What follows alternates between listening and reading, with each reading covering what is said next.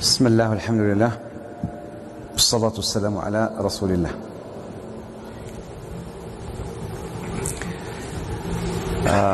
حياكم الله أيها الإخوة والأخوات، حياكم الله وآواكم وبياكم وطبتم وطاب ممشاكم وتبوأتم من الجنة منزلا.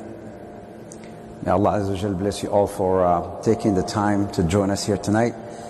We welcome you to another weekly episode of this Islamic reminders. So a few days ago we had something about parenting. So today we would like to carry on somewhat on the same topic, but a little bit something different.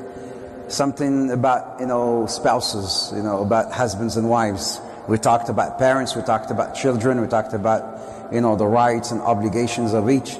So today, inshallah ta'ala, we'd like to talk about, the spouses, husbands and wives, or husbands to be and wives to be. So inshallah, it'll be a fun topic, it'll be engaging. But first I need to ask you, who's married? You see, the title says, are you married or happy? So you're married, and who's not married? You're happy, huh? Who's not married? Are you married? You're married?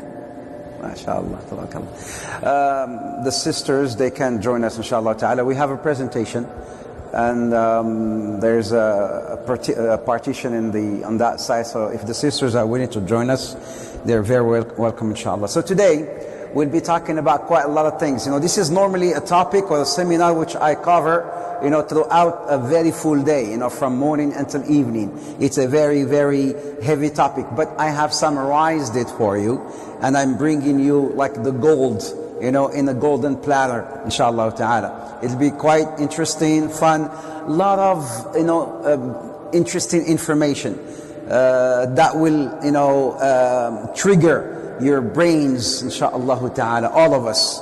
I'm a marriage officer myself, and a counselor and a family counselor, and so I deal a lot with issues and whatnot. So in fact, this topic or this seminar or this lecture is normally split into segments. The first segment is towards those who are not married, and the second segment is towards those who are married. But today I have mixed them up all together because for the sake of time I have about an hour or so. So to try to keep it informative and entertaining at the same time, inshallah ta'ala.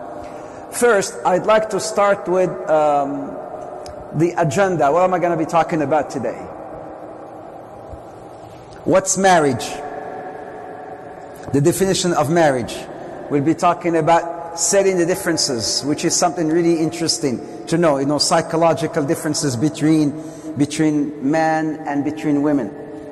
And we'll be talking about, why aren't you married? The fruits of marriage. Is this the...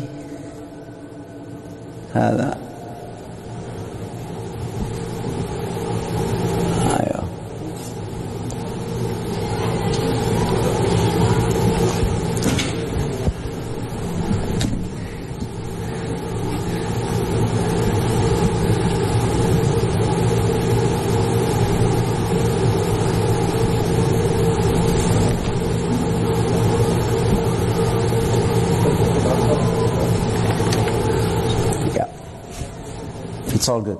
Yeah, it's here we go.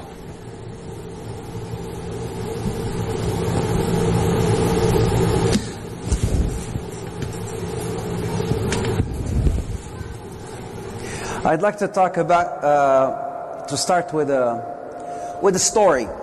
It's a life story. It starts like this. The story starts with a happy marriage.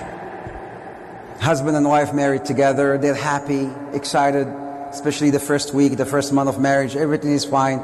But then what happens in that story, the events move into a different stage, another stage. And the stage, we call it the confusion state. The wife becomes confused in many ways. She used to talk to her husband quite a lot on the phone. They used to spend a lot of times before marriage, and also within the first week of marriage, they used to spend a lot of time doing things together. And the guy gave her many promises of, wait until we get married and we're going to be doing things together, and and going on Umrah together, holding hands and flying in the air together, all these things, and all these hopes and promises and whatnot. But then after the marriage, things changed.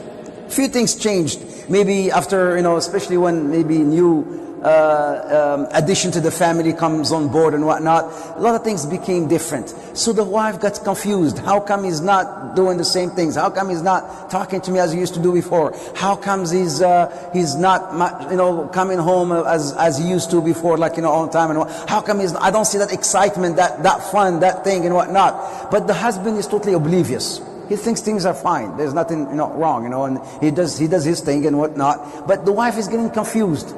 So what happens? She moves into another stage, and that stage becomes, it's called the struggling stage. She struggles. She tries to communicate her needs, that I've got issues, I've got problems, I've got needs which have not been fulfilled. The husband is again totally oblivious. What is it that you need? I work hard and I bring in and I put food on the table. I'm so busy doing so many things. What else do you need? I'm fulfilling all my needs. So we as men, we only think of things that we can provide. Materialistic thing oftentimes we think of, right? If I don't provide, maybe it may show that it may show less of my manhood. So we only think certain ways. So she struggles to try to, we need counseling. We've got problems. The guy says, we got no problems. Yeah, let's talk to a sheikh. I'm the sheikh, what do you need? I can give you fatwa. So she's struggling, but the guy seems like he does not know what's going on, but she has issues. She struggles. And then at some point, she may have spoken to her friends. She may have spoken to her family, her parents, who said, your husband is your Jannah or your hellfire. We don't have something called divorce at home. You solve your issues. So she went and spoke to her friends and nagged and nagged and nagged. And people saying, sabr, be patient. Things will move, things will clear, things will get better.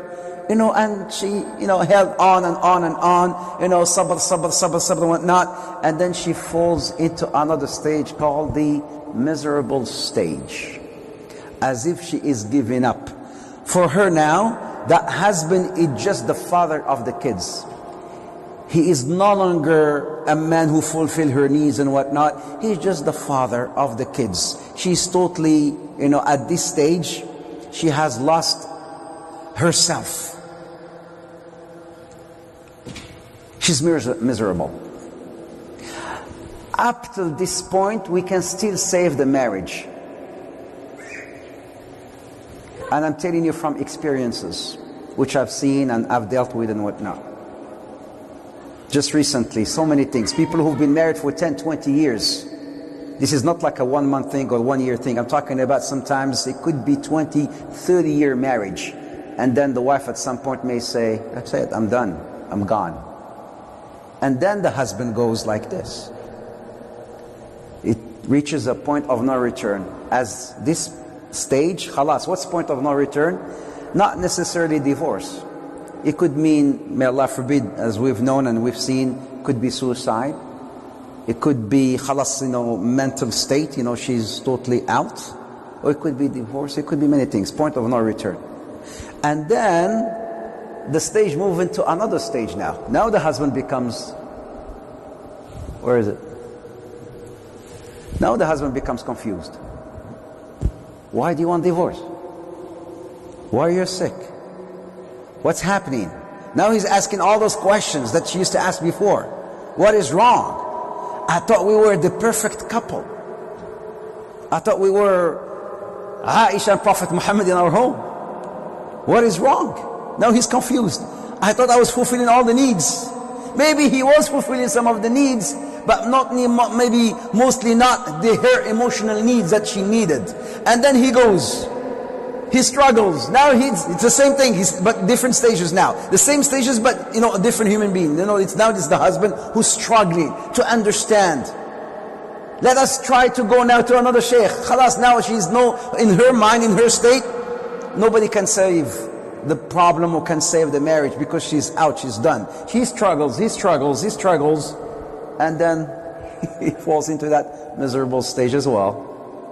What can I do to save this? It's out, it's done, it's gone. Point of no return cycle. This is how it goes. And we're here, inshallah ta'ala, to talk to you. You see, you may have heard talks about marriages and whatnot. Today's talk will be totally different. You may have read some books, you may have spoken to many sheikhs. A lot of time people, they come to me and I said, listen, you want my time, this is, how I do it. I don't give free time no more, because sometimes people don't value your time. They don't like free advice no more.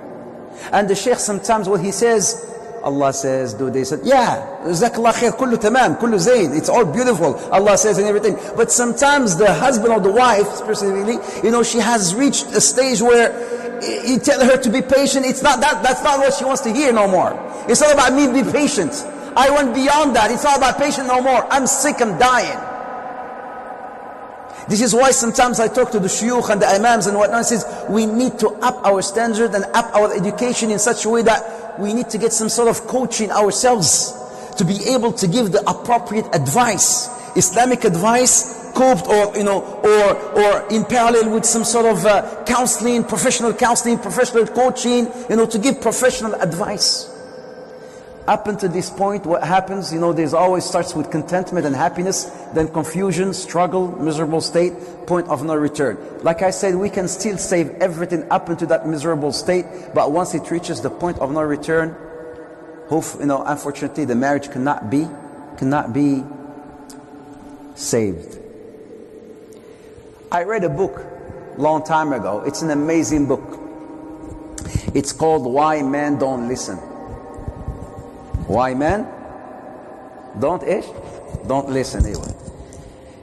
And why women cannot read maps. It's the same book. Why men don't listen and why women cannot read maps. So I love the book, and it does not talk about why men don't listen. The book does not talk about that. The book does not talk about why women cannot read maps. The book talks about the psychological differences between men and women. How men think and how women think. Sisters, listen up. How men think and how women think. We think differently in so many ways. Allah has made us to not to compete with one another, but to complete each other. That's the purpose of marriage, to complete one another, not to compete, But there's a lot of differences, psychological differences. What does it mean? You're married, right? Yes. When your wife says, you tell her, I need to do this, and she says, fine. Fine in English means what? No, in English, fine means okay. But her language, fine means, whether you are Urdu man or Chinese or Bengali or whatever, fine, when she says fine means, yeah, waylak if you do it, man. Don't even try. If you do it, if you go out, khalas, jahannam for you on earth. When she says fine, that means she's not fine, right? So there's these sometimes, that language that needs to be decoded, right? So setting the differences. Men and women are different in so many ways. Men and women are very much different in many ways. I'll give you some examples. تعال. Yeah, I'll use you as a كده. MashaAllah, تبارك تعال. Here is a man's brain. Right? Man's brain like this. Man, this is how we are. Sisters, this is very important. Listen up.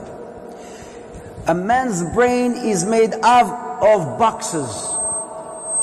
Boxes. مفهوم? There are many boxes. Each box is that. Maybe you can turn that off so that. جزاك الله خير. طيب تعال هنا تعال. Boxes. One box called finance. A box called children. A box called school. A box called wife. Wife, exactly. That's a very important box right here. Wife. a box called work, a box called children. Did I say children? Yeah, say again, children. A box called friends. Bunch of boxes. This is how our brain, man's brain. So if a man, sisters listen, if a man wants to talk about finance, money, he pulls the box that talks about finance, he talks about money, and he puts it back. Understand? And then if a man wants to talk about children, he pulls the box right here that talks about children, he pulls it, he talks about children, and then he puts it back. Mafhum? There is a very important box in every man's brain. This is $1 million information. You won't find it anywhere. There is a very, very important box in every man's brain. You know what it's called? It's in the middle. It's called the empty box. ما فيه ولا شيء. Empty. Blank. Nothing in it. That's man's favorite box. It's our favorite box. Sometimes when you're watching TV and flipping the channels with the remote control doing tasbih, right? Sometimes this is what you do. You know, you're flipping channels. You're not watching TV, you're just flipping. The wife says, can't you just focus on one channel? You're not flipping channels. You just are in your empty box. You're not watching. You're not listening. You are blank. Have you ever gone fishing? Anyone? You've done fishing before? Have you, sisters, have you ever seen men fishing?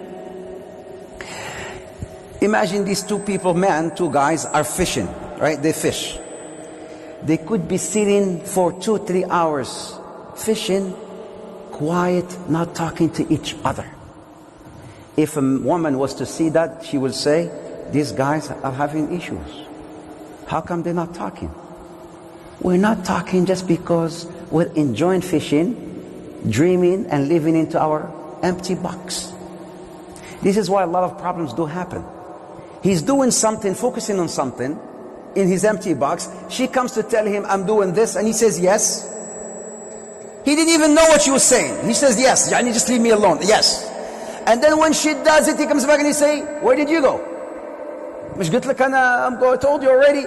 I never said, yeah, you told me. You asked him in the wrong time. You asked him when he was in his empty box. He's dreaming. He loves the empty box. He goes and miskin. We love that box, don't you? Sometimes like I'm alone, doing nothing. My son loves that box. Sometimes he goes to school, late. Where were you, Baba? I was in my empty box. I said, come on, خليك من هذا empty box. No, don't fool me. And I know all these things. Here is the woman's brain. تعال. The woman's brain is the same. All the boxes, the same. Children, money, finance, husband, kida. But when a woman wants to talk about a box, kida, a matter, she could talk about, at the same time, she could talk about money, she could talk about her children, she could talk about her husband, she could talk about everything at the same time. Kida, the boxes, kida, they're going like, the information. Allah has made her like that. Allah has made her like that. And she could be also listening to you talking on the phone. Yes. And she's also listening to the TV and on the phone and helping her children with their homework. Say mashallah, tabarakallah, mashallah, quwwata illa billah. Allah has made them that way. We cannot. If I want to talk about one thing, I can talk about one thing and one thing at a time.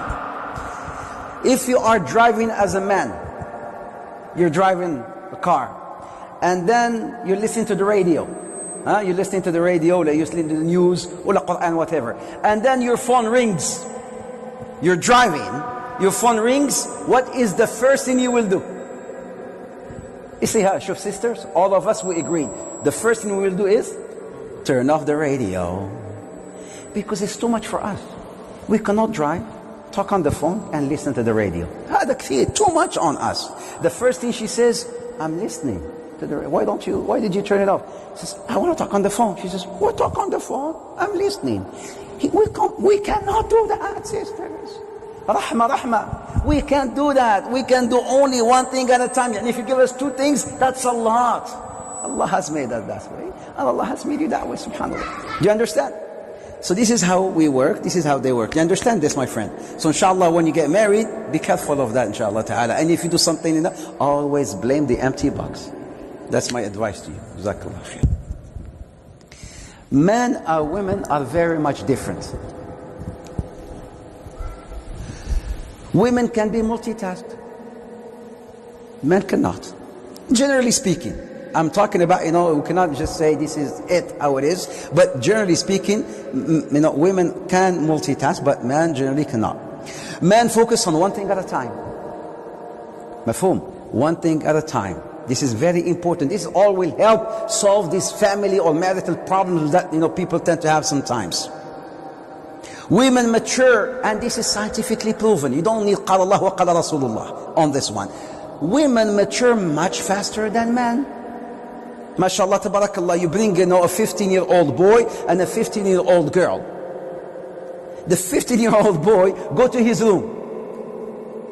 His underwear is on the floor, his socks everywhere, his pants in here, his room is a mess, and he's flipping, these baseball cards, or the basketball cards, or soccer. He's still doing stuff and doing his nose like this. And you have to remind him to change his underwear. He's a 15-year-old, and you still have to tell him things.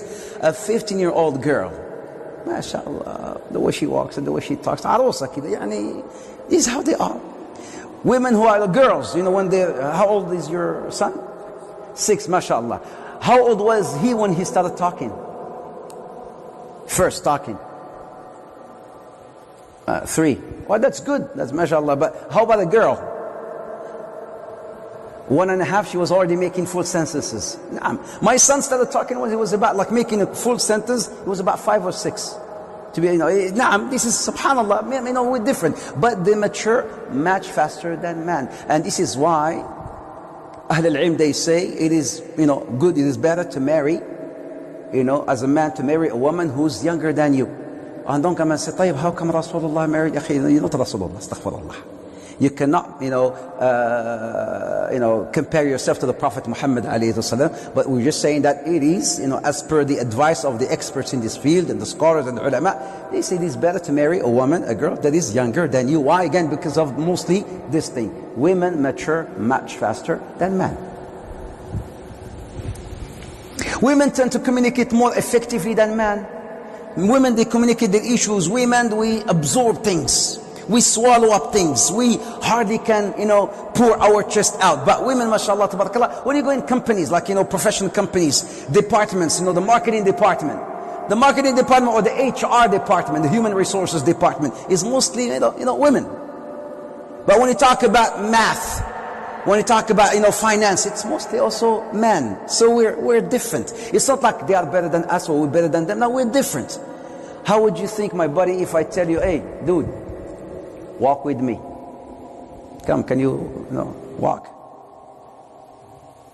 Come, yeah, we're going. Can you take a walk with me? Where are we going?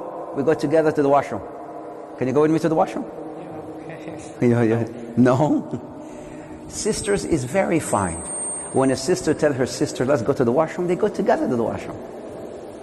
They don't go to the washroom for a special, no. They go to the washroom, it's like a lounge. You know what a lounge? They go, they talk, they all the maskhara, the makeup and all those things. That's why they go together. But it's weird if I tell you, hey, buddy, let's go to the washroom together. We're different. You understand? Give me a hug, man. You see, it's different too. It's all right. It's okay. Learn this. Learn. Are you married? No. Oh, learn. Men are more task-oriented. In general, men are not better than women. Women are not better than men. We're different. Allah made us that way. So we need to understand and respect. The key word here, the golden word, respect the differences. That being said, marriage in Islam. How long have you been married? Is that painful now? No. 20? How long have you been married? 10 years? Until it's a baby. How long have you been married? 28 years. Anybody been married more than 28 years? How old? Allahu Akbar. MashaAllah. Say everybody, MashaAllah la quwwata illa billah. You don't give him the evil eye, you evil eye people. MashaAllah la quwwata illa billah. Chacha, uncle, can you give me definition of marriage? What's marriage? 41 years. Contract, business, كده.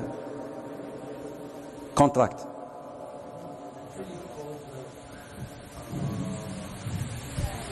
Marriage means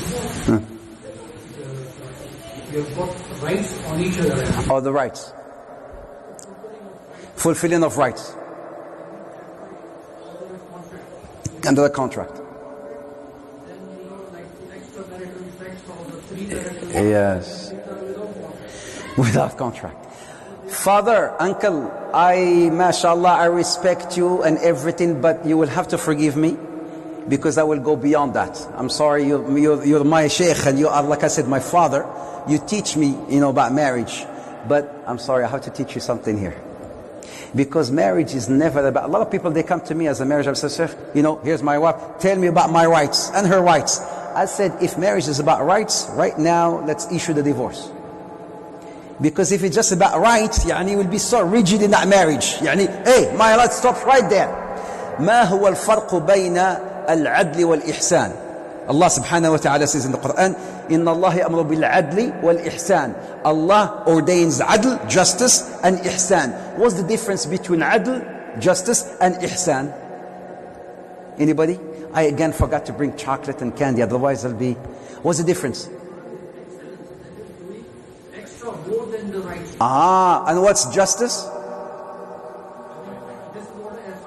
No, I said what's justice and what's ihsan. Because Allah ordains justice, adl, and ihsan. What's the difference between the two? Allahu Akbar. So justice is what belongs to them, you give it to them. Ihsan is what? And you give more. Okay, I'll give you more than that. Justice is, adl is, I take my right and I give you a right. The adl. Adl. I give you what belongs to you and you give me what belongs to me. This is adl. Ihsan is I give you more and I take less. Ihsan. Give you more than what you deserve. Marriage is all about ihsan. Marriage is not just about rights, and you will see. It's about ihsan, you say, more. Because, sisters, I'm going to tell you something today. I'm going to give you this recipe.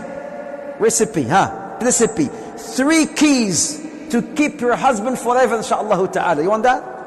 You want me to give you 3 keys, ingredients to keep your wife? Well, you don't want that. The husband. I'll mention that, inshaAllah ta'ala. To see about ihsan, really. Give beyond, give more. I'm going to talk about something called the love triangle. Watch this. The love triangle. It's all about ihsan. So the definition of marriage, Allah subhanahu wa ta'ala gives us this definition beautifully in the Quran. In Surah Al-Rum, Allah subhanahu wa ta'ala says, and this is the description of marriage. أعوذ بالله من الشيطان الرجيم ومن آياته أن خلق لكم من أنفسكم أزواجا لتسكنوا إليها وجعل بينكم مودة ورحمة. And amongst his signs, when the Quran, give me Quran please. When the kitab, give me a book, Quran, Mus'haf. Throw it. No. I was just joking, ya Sheikh. La hawla wa la quwwata illa billah. No, don't joke with you. Throw it on the floor. Can you throw it on the floor? No. Can you step on it? Look, why? Because this is Mus'haf. This Mus'haf has what? Allah's word. Allah's word in what sense? What is these? Arabic? No, not Arabic. Yani what are these that you read? Oh, ayat. Ayat. Good. Listen to this. Listen, wait. Listen. You already don't listen. I got merit sword. Allah says, وَمِنْ آيَاتِهِ أَنْ خَلَقَ لَكُم مِّنْ أَنفُسِكُمْ أَزْوَاجًا. And amongst his ayat, open. And amongst his ayat is that he had created amongst you your mates. Your spouse is ayah. When I told you through the Quran, you said no, because these are ayat from Allah Azza wa Jal. your spouse is also ayah. The same way, turn that off. If it's Obama, tell him I'm busy. Or Trump, tell him I don't want to talk, I'm busy now. Allah says, and amongst His signs, and amongst His ayat, is that He had created amongst you, your mates, spouses. Right? You don't want to tell this because you respect it. The same way you respect this, the same way you have to respect. Say it. Your spouse. Who said? Who said, Akhi? Allah, I didn't say that, did I? I only translated what Allah said in the Quran. He said, Zakallah khair. What's your name? Najib. Najib, may Allah bless you, brother Najib. He says, and amongst this is Surah Rum, verse number 21. And amongst His signs is that He had created you, amongst you, your mates, so that you may dwell in tranquility. لِتَسْكُنُوا يَا سَلام لِتَسْكُنُوا إِلَيْهَا sakina. Your spouse is supposed to be your sakina, your sukun. يعني sakina, sakina, a place where you find rest, where you find comfort. لِتَسْكُنُوا إِلَيْهَا. And then he said something really beautiful here. He said, وَجَعَلَ بَيْنَكُمْ مَوَدَّةً وَرَحْمَةً. وَجَعَلَ بَيْنَكُمْ مَوَدَّةً وَرَحْمَةً. Mawadatan from the name of Allah, Al-Wadud. He did not say وَجَعَلَ بَيْنَكُمْ حُبْ. Hub means love. He says mawadda, affection, wa rahmah, mercy. A question to you. How long have you been married? 18 years. طيب. Allah in the Quran says, and He has put amongst you affection, more than love, and mercy. Question. Why Allah mentioned affection, love first, then He mentioned mercy next? Why? Why didn't He mention mercy first and then love next, or affection next? Why He mentioned affection first and then He mentioned mercy next? Anyone? Why? Yes? Jazakallah khair. Good. If you show affection, Allah will show mercy. Yeah, but not that actually. But it could be. Are you married? Okay. Are you married? You're not married. Are you married, buddy? I want a young married, youngly married. Anybody? Like recently married? Nobody? I want somebody young, kida, who just got married not too long ago. 10 years, 20 years, 18 years? Okay, 18 years. طيب. I have to pick on you again. Your wife is Pakistani? She's from Pakistan? You met her in here or in Pakistan? In Pakistan. Did you guys used to talk on the phone? Was it arranged marriage? Oh, okay, so no good. I cannot use you as an example. I want to use an example of somebody who... Did you talk to your wife before you married her? Okay. All right. So you guys used to text on the phone and talk on the phone? There was no phones at the time, huh? There was phones, but there was no portable phones at the time. Huh? Oh, you had texting. Okay, amazing. Listen. So you used to text a lot, and sometimes you used to text and talk on the phone until you fall asleep. Huh? You used to talk a lot kada on the phone, huh? And you have to say the truth because you're in the masjid, you can't lie. What happened after marriage? What happened to those talks and texts and everything? What went wrong? Lie. But why you used to text a lot and after marriage you stopped texting and calling on the phone and all this? Okay, question. Does that mean that you don't love her anymore? That's a very important question. Does that mean you don't love her no more? Does that mean you used to love her more when you used to text her? No. So what does it mean? It means that love has matured. Because they understood, sometimes the sisters, the women, they understand that, how come before marriage you used to do this and we used to do that, we used to talk a lot and text a lot, and then after marriage, a week, a month, year, that frequency is no longer the same. Those love texts are no longer there. What happened? Isn't it? Why? Maybe he doesn't love me anymore. Maybe he found somebody else. Already see shaitan? Shoo. He's making you think of all these things. Maybe this, maybe that, maybe what. La, that love has matured. This Allah Azza wa Jalla says in the Quran, وَجَعَلَ بَيْنَكُمْ مَوَدَّةً وَرَحْمَةً, and He has put amongst you love, affection, then mercy. Mercy is there. So when somebody says, no, there's no love in this life, on this marriage, I say, wrong. Love is always there. Allah said it. But what happens, because sometimes of the issues and whatnot, maybe that you became blind to see that love. So what you need just a little bit of, scrabbing and scratching and shaking, okay, and that love will flourish one more time. Love is always there. Al-Hubb is always there. Al-Mawadda is always there. That's why Allah Azza wa Jalla calls it Mawadda, is beyond love, is affection. And then mercy. And this is the definition of marriage in Islam. It's a contract, sisters. Allah Azza wa Jal uses this word, mithaq, only 3 times in the Quran. Three times. Mithaq. Mithaq in Arabic means a bond, a strong bond. Allah uses it 3 times in the Quran. Twice for Bani Israel, and once about marriage. Marriage. Allah has made this bond, this marriage, sacred, sisters. Your marriage between you and your husband is a sacred bond. Do not break the bond that was made in the heavens. Yes, we may differ. Yes, we may have problems. Yes, I call it the ocean of love. Marriage is the ocean of love. Love. Ocean is sometimes rough and sometimes smooth. And we as husband and wife, who are sailing into this ocean, we're sailing into this boat.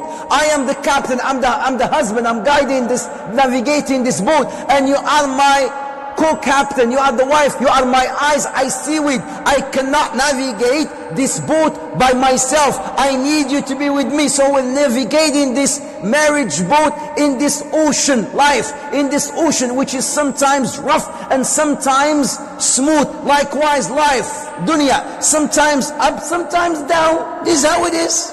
We need to go to this together. This is why Allah calls it sacred mithaq, bond. Don't break the bond that was made by Allah subhanahu wa ta'ala.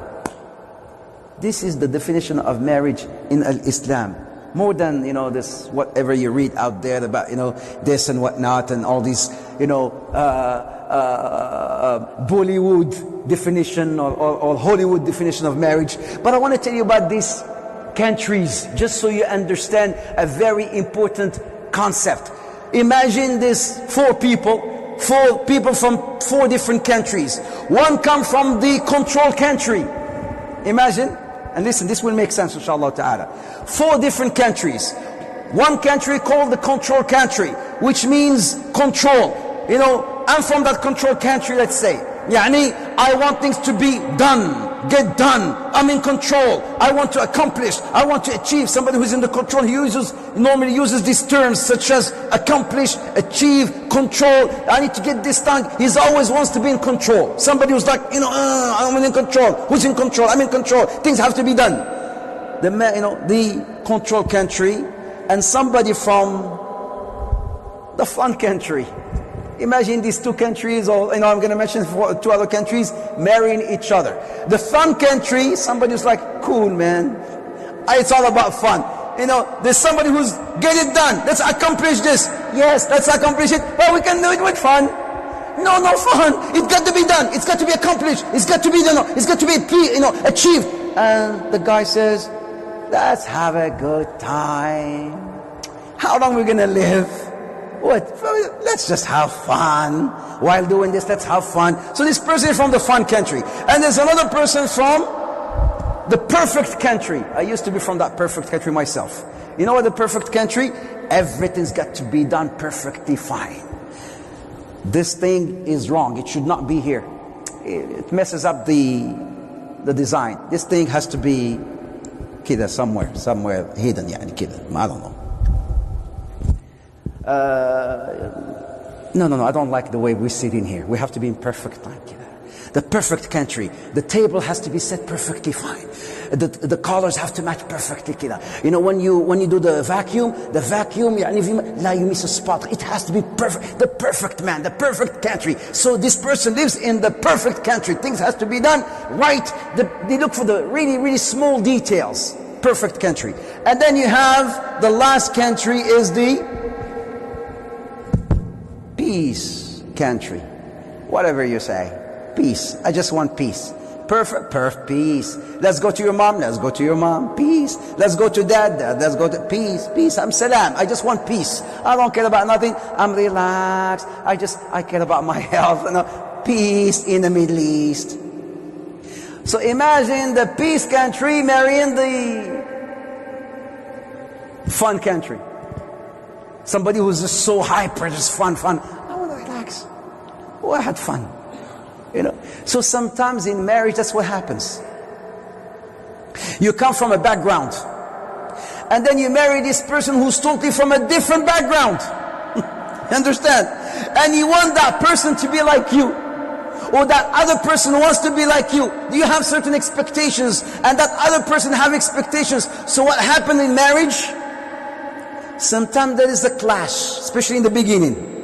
Unless and until we understand and respect one another. I understand your background and where you come from, and I respect that. And you understand my background. Understand that my history. I was brought up like this. I was brought up like, the toilet paper has to be this way, and the towel has to be here, and the pillow has to be there. And this is how I was brought up. I was brought up in everything has to be perfectly fine.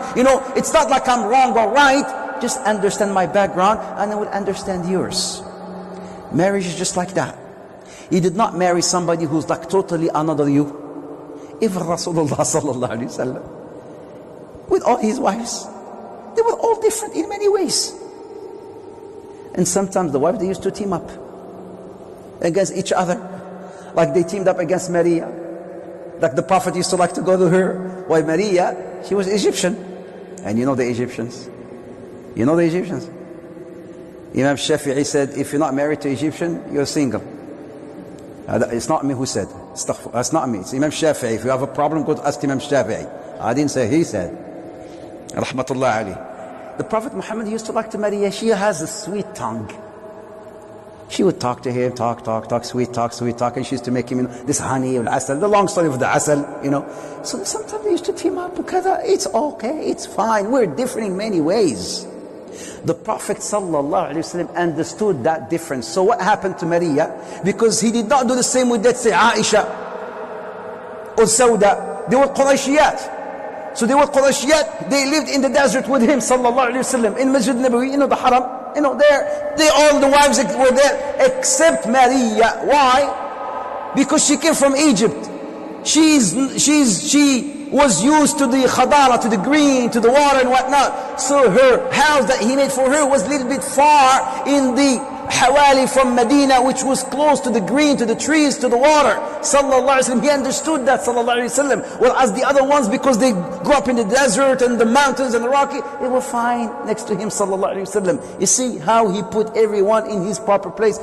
He understood the difference and he respected that, and he tried to tailor to that needs, Sallallahu Alaihi Wasallam. So sometimes what we do, we bring our spouses with us. They live with us, and we make them abide by our culture. They come from a totally different culture, the same background, but we make them bite into our culture. She may have a teddy bear that she used to sleep with, and she heard about you, and she came and she left everything. She came and to live with you, and she found the true bear. You. She made all the sacrifices were gone. So we need to understand this. And I'm taking this also from the sunnah of the Prophet Muhammad sallallahu alaihi wasallam. How about if you all stand up, inshallah ta'ala, all of you stand up, please, and hug the person next to you quickly. Yalla, bismillah, bismillah. Aywa, hug, but you have to stand up because it's very important to stand up. Aywa al-walad, inshallah ta'ala, but give a hug to each other, inshallah. Yes, very important to do that. Very important.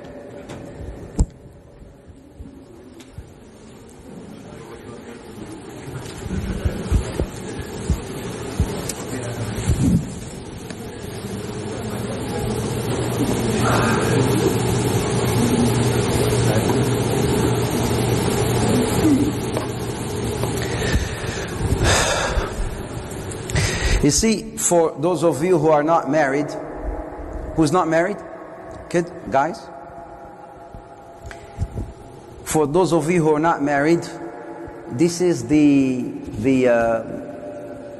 formula. And this formula is given by Prophet Muhammad sallallahu alayhi wasallam. He says, if you are man, look for formula 1000. Formula, say 1000. Say, aywa, 1000, exactly. 1000, 1000. It's taken from the hadith of the woman who says, a woman is married for 4 things. You know, when you marry a woman, you look for 4 things. He says, sallallahu alayhi wasallam, for her wealth. If you choose a woman only for her wealth, put a 0. You're going to get 0. Or for her family status, just because she's a Khan or Chaudhry, you know, or whatever.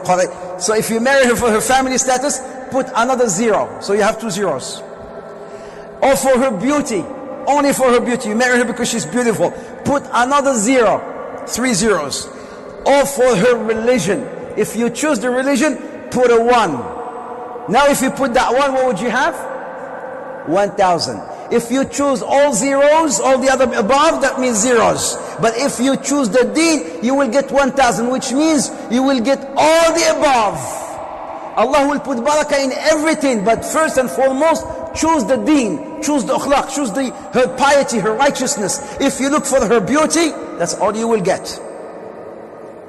If you choose her wealth, that's all you get. There's no barakah, there will not be no barakah. I don't have time to tell you stories, live stories, you know, and live experiences of things, you know, people that I have counseled and whatnot. You know, problems you will that will turn your hair, not grey, green. And if you choose her family status, her father will make you live like a slave. Open the door. Shower. Ta'al hina. Massage me. Go. This. Ta'ala. She will make you with abaya. I'm exaggerating, but I'm telling you. Abaya. Abaya for women. And if you're beautiful, she will tell you to put niqab too. Pick the deen. Pick the piety, the righteousness. As the Prophet Muhammad taribat yadak. Ish taribat yadak? Taribat yadak has 2 meanings. Taribat from turab, dust. That means if you pick anything other than the deen, you will get dust. That's one meaning. Another meaning says taribat yadak, which means if you pick the deen, you will get all the above. I know you may ask, Sheikh, you know, really, but there's this girl who, mashallah, hafidhat al-Quran, and, you know, and she's, you know, mashallah, pious, and, you know, hijab, niqab, and she prays, and mashallah, but she's not too attractive for me.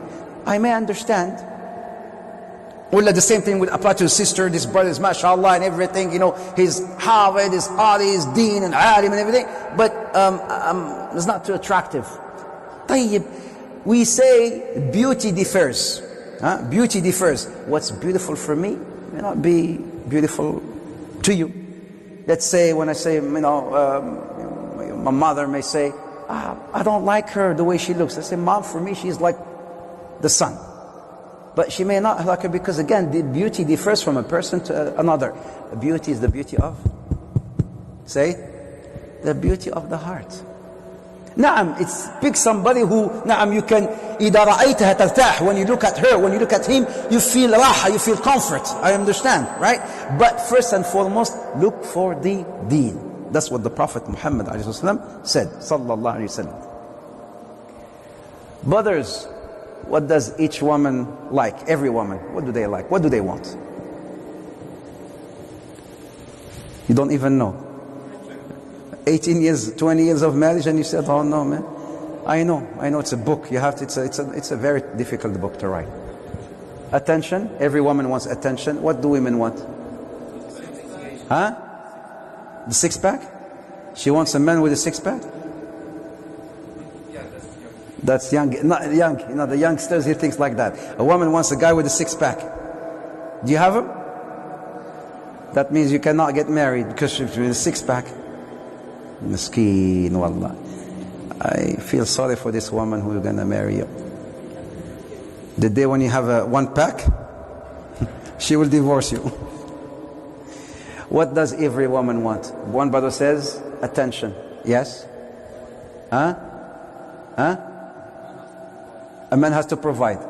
Provide mashakil, problems. Provide what? Huh? Take care of everything, okay?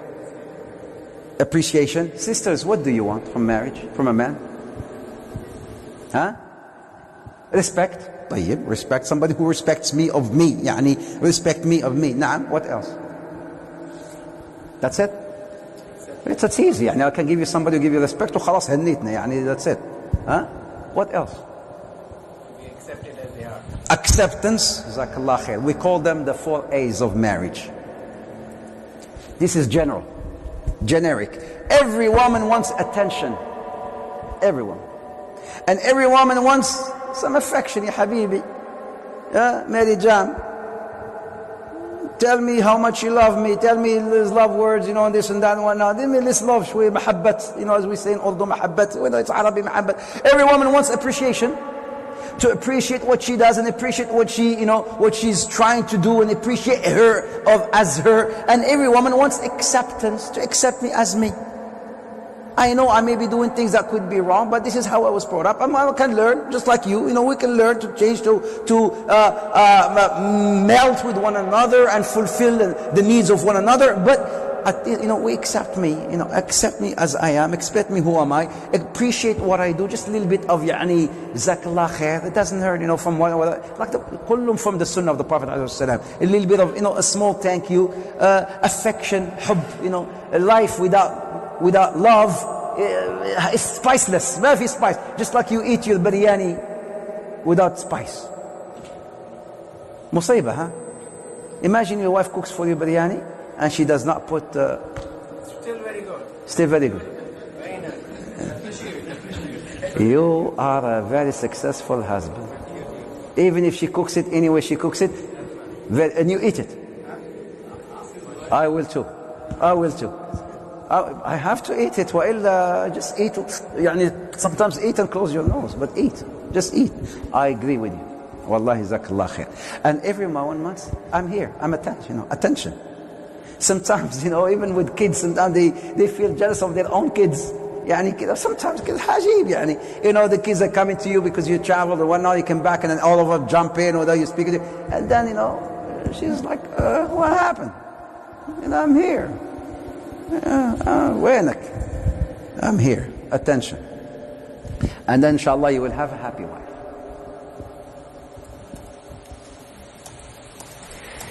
If you are a woman, sisters, look for a man who has fear of Allah, piety. Look for a man who's kind. And look for a man who has TLC. ايش TLC? I was, long time ago, my neighbor has his lawn was green, and I told him, "What's your secret?" He says, "Just some TLC." So I told my wife, "We need to go to Canadian Tire. We need to buy this TLC, the spray." She says, "Well, crazy majnoon sheikh." He says, "TLC, I need tender love and care." Tender love and care. Look for somebody who has these qualities of being tender, loving, and caring. Marry somebody who can forgive. Allah forgives. Wouldn't you? Sometimes we have such... You could be Shaykh Ajib, Quran, but ya akhi, he does not forgive. No forgive. Somebody does something... No, ya akhi, Allah Azza wa Jal forgives. Allah is Rahim Rahman. Can't you forgive? It takes grudges. No, don't marry that guy. Marry somebody who's humble, down to earth. Marry somebody who is generous. مش يحسب عليك, what did you eat today and what did you go and what did you spend, and he makes you smell the meat. You eat meat once a year in Eid.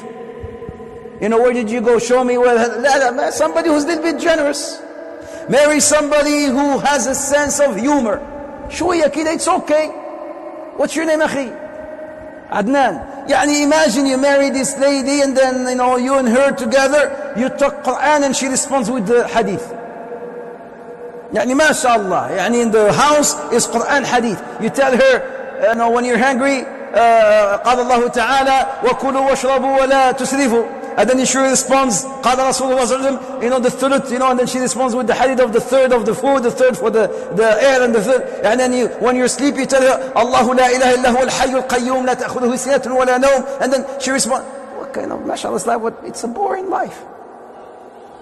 You want somebody who has a little bit of humor, sense of humor, كده شوية, to make you laugh. It's all right. There's some houses, subhanallah, as if smiling is haram or bid'ah. We cannot smile at home. It's a bid'ah. Is it your home like that? Are you smiling? Do you smile only here or at home too? No, just here. At home you have to be Rambo, the Terminator. No smiling, yani, I'm the man. There's some kids who are so scared of their father. When he comes home, they run away. Father, he's home. Run away. يعني كأنه دخل عليهم ملك الموت. إيه, ملك الموت is here. Run away. ده يا أخي. Understanding is very important. And listen to this. Understanding does not necessarily mean somebody who understands your language. Because I speak Urdu, so he speaks Urdu, we can get along. Not necessarily true. Not because I speak Arabic and she speaks Arabic, we can get along. Somebody who understands you before you even talk. Somebody who understands you just by looking at your face. And this is when, when we call it the language of the eyes. Kida. The eyes, they have a language. Now, after this 41 years of marriage or 20 years of marriage, just by looking at your spouse, you would know if she's all right or not, wouldn't you? Well, are you still trying to figure it out? It's still complicated. You see, understanding. And this is why sometimes, and I know I don't want to get into this topic of, exporting, our husbands or wives, especially the wives from back home, or husbands from back home, whatever the back home is, and say, okay, they'll get along. It's all right. I got married, it's all prearranged, and alhamdulillah, look, alhamdulillah, we're fine. That was at the time. Times have evolved. Things have changed. Things have changed. So we need to cope with that change, my brothers and sisters. And I know this is a very, quite long topic, but I don't have time to get into it. But again, understanding is a very, very important element into the marriage. Ask for references. Who? One person I could ask as a woman, if I was a girl or a woman, I would ask maybe the Imam. This guy who came, his name is Muhammad Mubin, whatever his name is. Do you know him, Sheikh? Or if you don't want to talk to the Imam, you can ask your brother or your father. I'll talk to the Imam. Do you know this guy? Yeah, he comes to the masjid. What do you know about him? That guy, MashaAllah, he's like Hamamat al-Masjid. The bird of the masjid. He's always here. Fajr is always the first time, MashaAllah. He's always, kada, akhlaq. So the Imam is giving you good reference. Who? Imran? أعوذ بالله لا حول عمران that guy حول ولا قوة إلا بالله شيطان. We see him once Eid, and when he comes he destroys the masjid and he leaves. Are you sure that guy? Yeah, that guy. Because when he came he was having the misbah. He came home, to ask from me, from my father, and he has the subha, and he had the kufi, and my father asked him, what's your name? And he said, my name is Imran, alhamdulillah. What's your mother's name? My mother's name is Fatima, mashallah. Every time he says something, he says, mashallah, alhamdulillah, Allahu Akbar. Yani this man. So when he asked the Imam says, I know him. I know that guy. Illa Imran. He marry anybody, except, even me, except Imran. The Imam is saying. The Imam is a good reference. Or his friend from work. If you know somebody who knows him from work. Or maybe the neighbors. Oh, the neighbors are also good. What do you know about that guy? Oh, the guy. What's his name? Muhammad? Yeah, we know him. The police troopers are always here. There's always police problems. Always. But he says he's so good. That guy. I don't want to enter Islam just because of him. Yeah, and look at the reference they're giving. Oh, that guy, he's amazing, man. He's very nice, very good, very kind. From time to time he comes and he gives us things about, in Ramadan, in Eid, he comes and gives us. He's a really, really nice man. He's a good man. We don't know nothing about him other than sometimes he goes and he shovels the snow for us. We never told him anything. Sometimes he comes and, ask for reference, whatever the reference is, but do ask for references. Just don't go blindly. Yes, there's something called Salat Istikhara.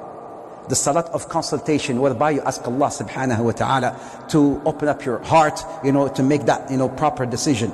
But also do ask for a reference.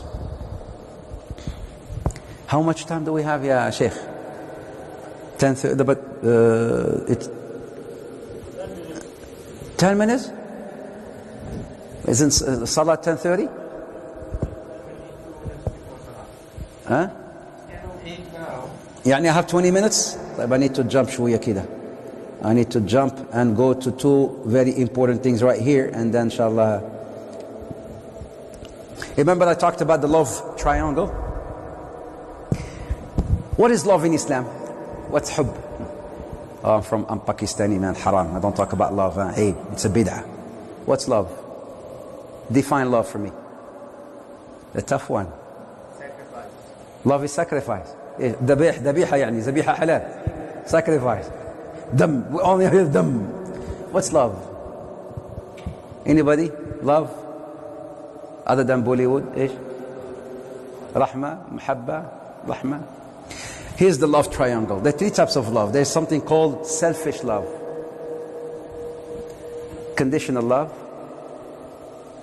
and unconditional love. Selfish love.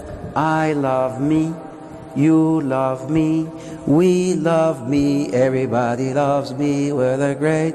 You know, I love me. Everybody loves me. I love myself. You love me. Everybody. It's selfish love. You do things for me and I don't care about you. As long as you do it for me, that's all it is. Selfish love. Conditional love. I love me. You love me. I love you. You did things for me. I will do it for you. You take care of me. I will take care of you. Hada conditional love. What we initially want or eventually want, we want that to elevate to something called unconditional love. What is unconditional love, sister? The love that you have for your daughter or your son. Is that conditional love? Until you obey me, then I will love you. What is your son? Is that your son, my brother? Is your son? Do you love him only when he obeys you? Only when he serves you? Is that only when you love him, and when he does not serve you, when he does not obey you, you hate him? No, you don't. Why? Because it's unconditional love. And that's the type of love that we want between every spouse. Unconditional love. Remember we talked about the adl and ihsan. Remember we talked about justice and excellence and ihsan. To give more. Expect less. Because ihsan, right? I'm trying to do the not being perfection, but excellence, doing ihsan in marriage. Remember the magical recipe? I'm going to give you, sisters, this is for the sisters, these are three ingredients for, insha'Allah ta'ala, your husband to be with you, inshallah, forever. Let's say forever, until Allah Azza wa Jalla takes your soul. I call it magical recipe. It is taken from the sunnah of the Prophet Muhammad alayhi salam. Sisters, are you ready? Yes or yes? If you're not ready, I can move on. You're not ready? Yes, طيب. Magical recipe. Number 1.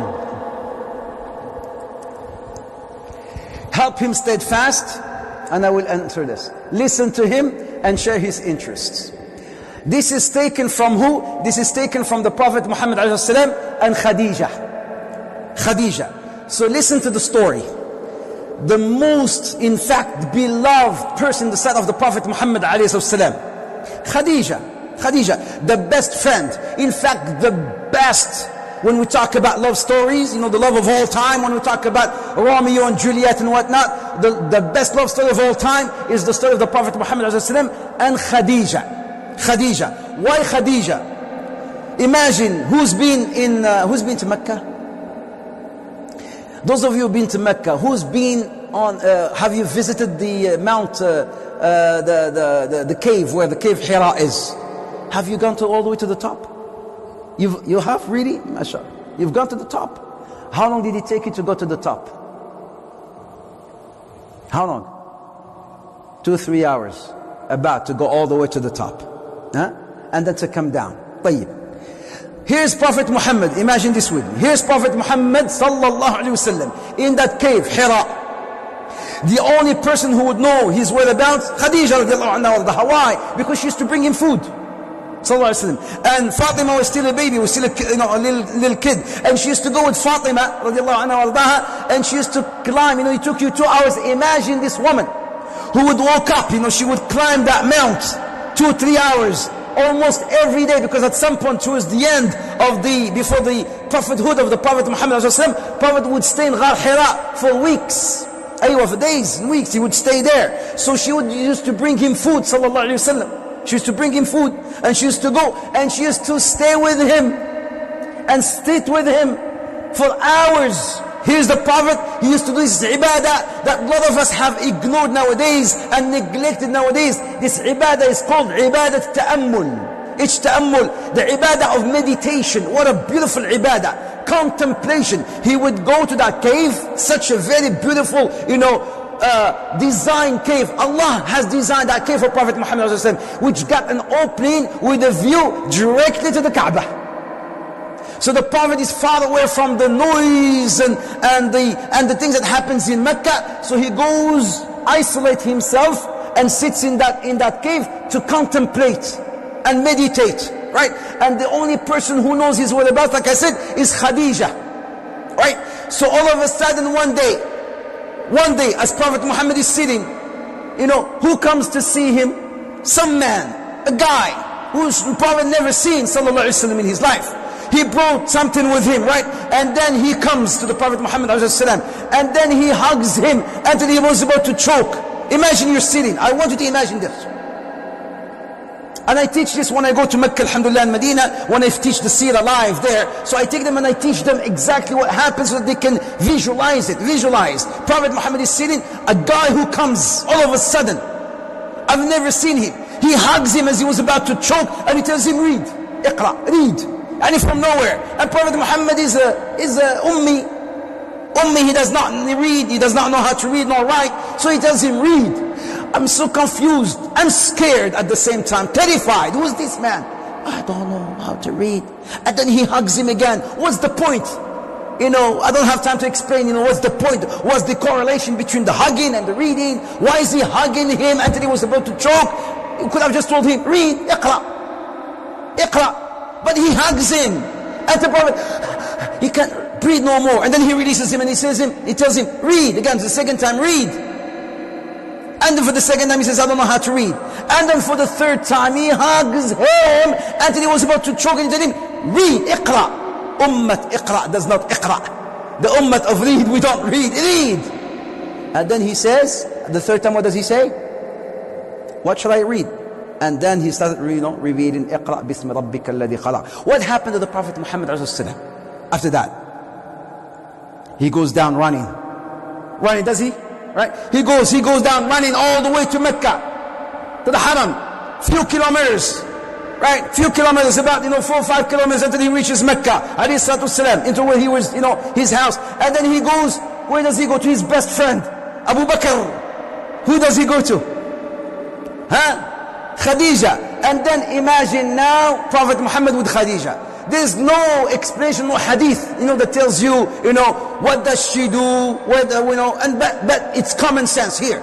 Your husband, sisters, has come, breathing, so fast and so loud and tired and sweating and scared. And with the first thing he says, when you sleep at night sometimes, and you see a bad dream. You see a very scary dream. And then you wake up, what do? You try to cover yourself, you're scared, you try to cover yourself because you just saw a very, bad nightmare. So the Prophet Muhammad is so scared, he's a scared man, he told his wife, Zammiluni, cover me. So you are the wife of, let's say, let's just imagine, the wife of the Prophet, she covers him. Does she just cover him and does she leave him? What does she do? What would she do? Common sense, what would she do? She might have hugged him, Zakallah khair. I'm sure she would. I'm sure she's just sitting. She's sitting with him, she can just hug him, and she's sitting and waiting for him. Zambilini, ghattini, cover me. Your wife, general, what would she be doing? She's scared, she's terrified. What's wrong, Habibi? I'm sure she must have hugged him. And now he's telling her the story. Khadija, I was here. And the cave I was at. Yes, that cave I was there. Yes, so what happened? What did she do? She's listening. What happened, Habibi? What happened? Did she say, Habibi? I don't know. I'm sure she must have said something. It's not like black and white, dark and ما في يعني شمس وشمس.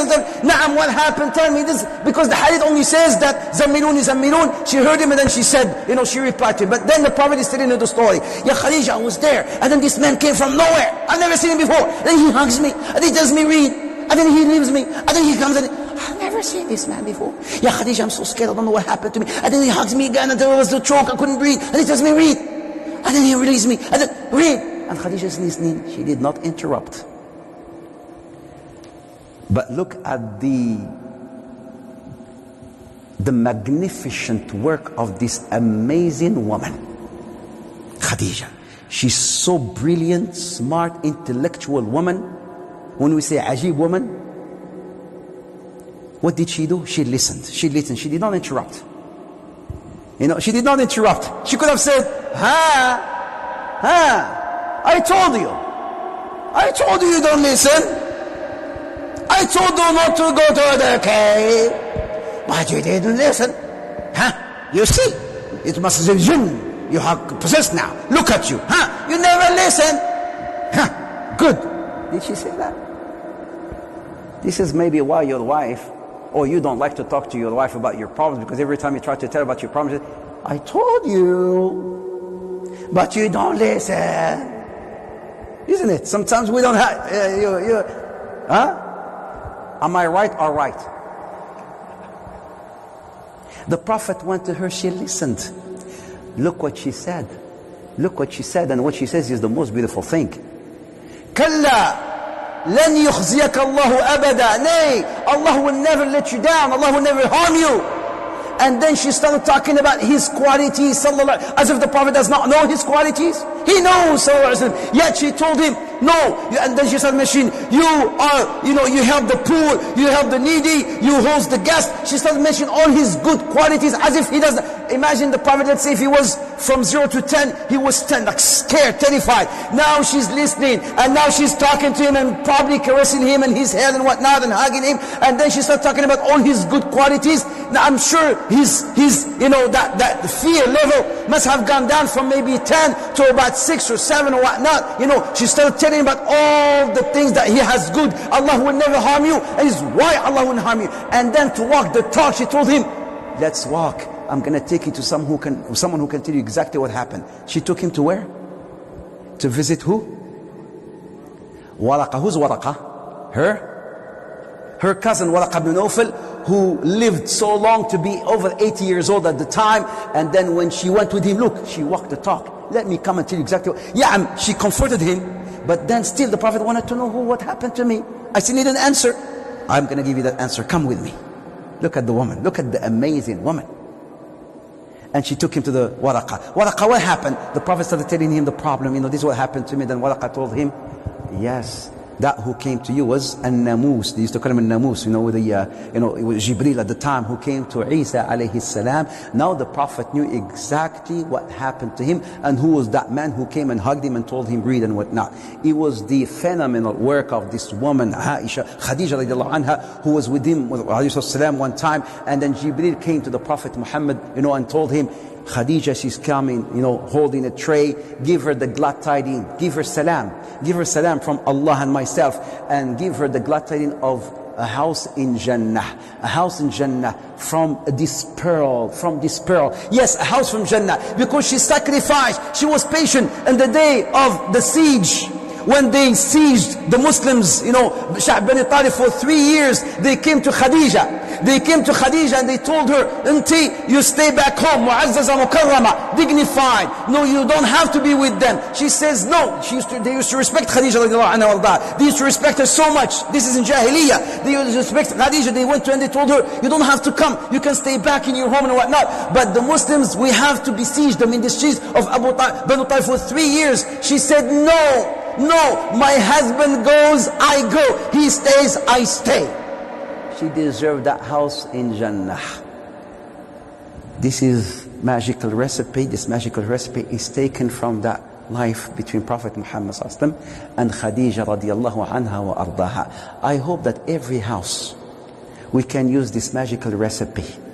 between us and our spouses. Listening is an amazing tool. Yes, I do have about 40 or 50 ingredients to share with you on how to improve our marital relationships, but because of sake of time, I cannot do that today. But up till here, if we were just to practice whatever we learned so far, just to understand, again, remember the psychological differences between another. Remember the example I gave about the countries, and us, each coming from a different country. Understand the other person's country and try to respect, that background that person has come from. Understand and try to implement certain things that the Prophet Muhammad used to do. We mentioned about the appreciation, the affection, the acceptance, and the attention. Barakallahu feek. May Allah bless you. Understand these little things. It's not like, the brother said, I know, and Ammu, I understand totally, and I really, na'am, absolutely. But it's more than just, rights. It's more than just rights. It's more about sacrifice. It's more about compromise. It's more about understanding and affection and whatnot. When was the last time you told your wife,